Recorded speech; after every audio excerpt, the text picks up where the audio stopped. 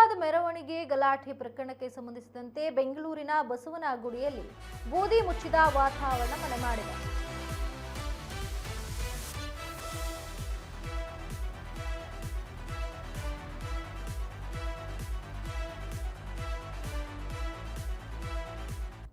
ಈದ್ ಮಿಲಾದ್ ಮೆರವಣಿಗೆ ಗಲಾಟೆ ಪ್ರಕರಣಕ್ಕೆ ಸಂಬಂಧಿಸಿದಂತೆ ಬೆಂಗಳೂರಿನ ಬಸವನಗುಡಿಯಲ್ಲಿ ಬೂದಿ ಮುಚ್ಚಿದ ವಾತಾವರಣ ಕಾಣಿಸ್ತಾ ಇದೆ.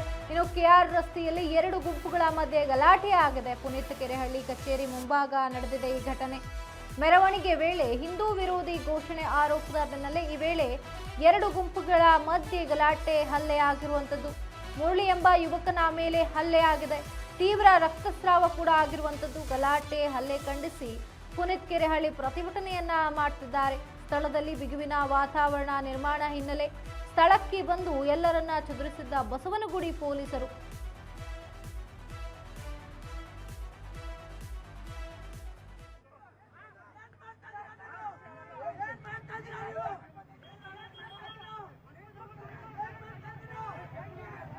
ಮೆರವಣಿಗೆ ವೇಳೆ ಈ ಘಟನೆ ನಡೆದಿರುವಂಥದ್ದು.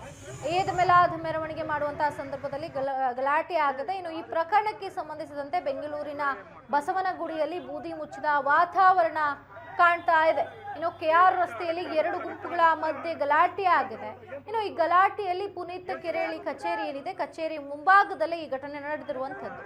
ಮೆರವಣಿಗೆ ವೇಳೆ ಹಿಂದೂ ವಿರೋಧಿ ಘೋಷಣೆಯ ಆರೋಪದ ವಿಚಾರದಲ್ಲಿ ಈ ವೇಳೆ ಎರಡು ಗುಂಪುಗಳ ಮಧ್ಯೆ ಗಲಾಟೆ ಹಲ್ಲೆ ಆಗಿದೆ. ಇನ್ನು ಮುರಳಿ ಎಂಬ ಯುವಕನ ಮೇಲೆ ಹಲ್ಲೆ ಆಗಿರುವಂಥದ್ದು, ಹಾಗೆ ತೀವ್ರ ರಕ್ತಸ್ರಾವ ಕೂಡ ಆಗಿದೆ. ಈ ಬಗ್ಗೆ ಹೆಚ್ಚಿನ ಅಪ್ಡೇಟ್ಗಳು ಲಭ್ಯವಾಗ್ತಾ ಇದೆ. ಬಸವನಗುಡಿ ಘಟನೆ ಸಂಬಂಧ ಒಟ್ಟು 3 ಎಫ್ಐಆರ್ ದಾಖಲು. ಎರಡು ಕಡೆಯವರ ಮೇಲೆ 3 ಕೇಸ್ ಹಾಕಿದ ಪೊಲೀಸರು. ಪುನೀತ್ ಕೆರೆಹಳ್ಳಿ, ಗೋಪಿಗೌಡ, ಪುನೀತ್, ವಿನೋದ್ ಮೇಲೆ ಎಫ್ಐಆರ್ ಹಾಕಲಾಗಿದೆ.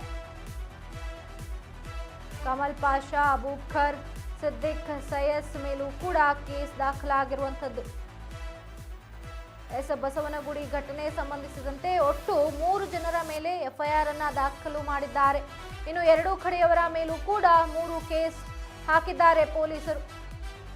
ಪುನೀತ್ ಕೆರೆಹಳ್ಳಿ ಸೇರಿದಂತೆ ಗೋಪಿಗೌಡ, ಪುನೀತ್, ವಿನೋದ್ ಮೇಲೆ ಕೂಡ ಎಫ್ಐಆರ್ ದಾಖಲಾಗಿರುವಂಥದ್ದು. ಇನ್ನು ಕಮಲ್ ಪಾಷಾ, ಅಬೂಬಕರ್, ಸಿದ್ದಿಕ್, ಸೈಯಸ್ ಮೇಲೂ ಕೂಡ ಕೇಸ್ ದಾಖಲಾಗಿರುವಂಥದ್ದು. ಸದ್ಯ ಘಟನಾ ಸ್ಥಳದಲ್ಲಿ ಪೊಲೀಸರಿಂದ ಬಿಗಿ ಬಂದೋಬಸ್ತ್ ಆಗಿದೆ.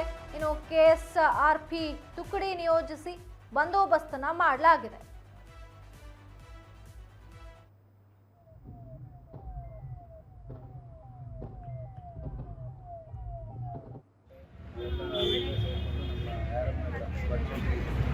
ಲಿಮಿಟ್ಸಿಂದ ಬಂದು ಏನಾದರೂ ಮುಖಾಂತರ ವೈಎನ್ಸಿ ಹೋಗ್ತಾ ಇತ್ತು.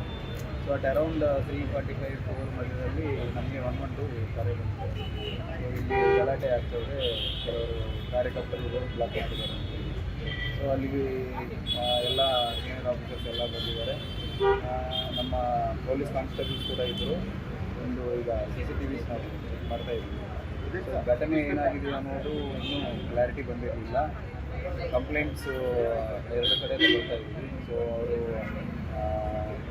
ಈ ಮೆರವಣಿಗೆ ಬರ್ತಾಯಿತ್ತು, ಹಿಂದೂ ಕಾರ್ಯಕರ್ತರು ಬಂದಿದ್ದಾರೆ, ಮತ್ತು ಇಬ್ಬರ ನಡುವೆ ಗಲಾಟೆ ಆಗಿದೆ ಅಂತ ಹೇಳಿ ನಮಗೆ ಮಾಹಿತಿ ಬಂದಿದೆ. ಒಬ್ಬರಿಗೆ ಇಂಜುರಿ ಆಗಿದೆ, ಬರಲಿ ಅನ್ನುವಂಥ